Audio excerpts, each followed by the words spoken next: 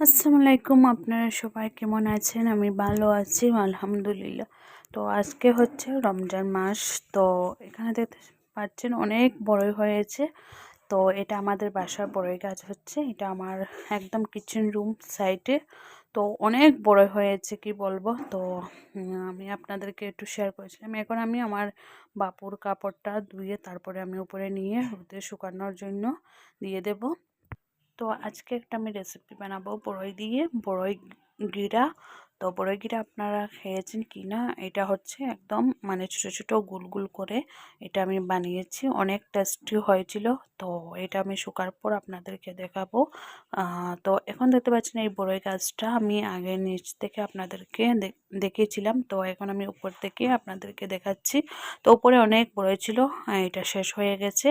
তো উপর তো এখন একটা দুটো পেরে আপনাদেরকে শেয়ার করছি। তো এখন আমি নিচে আসলাম, এসে আমি একটা বড়ই রেসিপিটা এটার মধ্যে শুধু বড়ই দিয়েছি, গুড় দিয়েছি, মরিচের পাউডার আপনারা যার যতটুক ভালো লাগে অতটুকু দিতে পারবে। তারপরে বিট লবণ দিয়েছি, দিয়ে তারপরে ভালো করে মিক্স করে তারপরে এখন আমি এটার মধ্যে এটা একটা কুলার মধ্যে বা একটা ট্রের মধ্যে দিয়ে দিলাম। সব কিছু একটু তেল দিয়ে তারপরে একটু গুলগুল করে দিয়ে দিয়েছি, বড়ার মতো দিয়েছি। তো আপনারা দেখতে পাচ্ছেন এখন রোদে শুকানোর জন্য দিয়েছি। এটা এটা কমপ্লিট হওয়ার পরে আমি আপনাদের সাথে একটু শেয়ার করব। তো এখন আমি নিচে এসে আমড়ার বোর দেখতে পাচ্ছেন, এটা হচ্ছে পোড়াশ। তো আমড়ার বোর পোড়াশ আর ছোটো মাছ দিয়ে খেতে অনেক ভালো লাগে।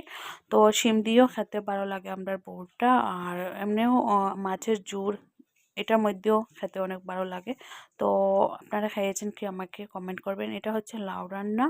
তো এটা হচ্ছে আমাদের গাছে কাঁচা হলদি। তো এটা পেরে নিয়েছি আজকে। তো আমার ভিডিও ভালো লাগলে প্লিজ আমার চ্যানেলটা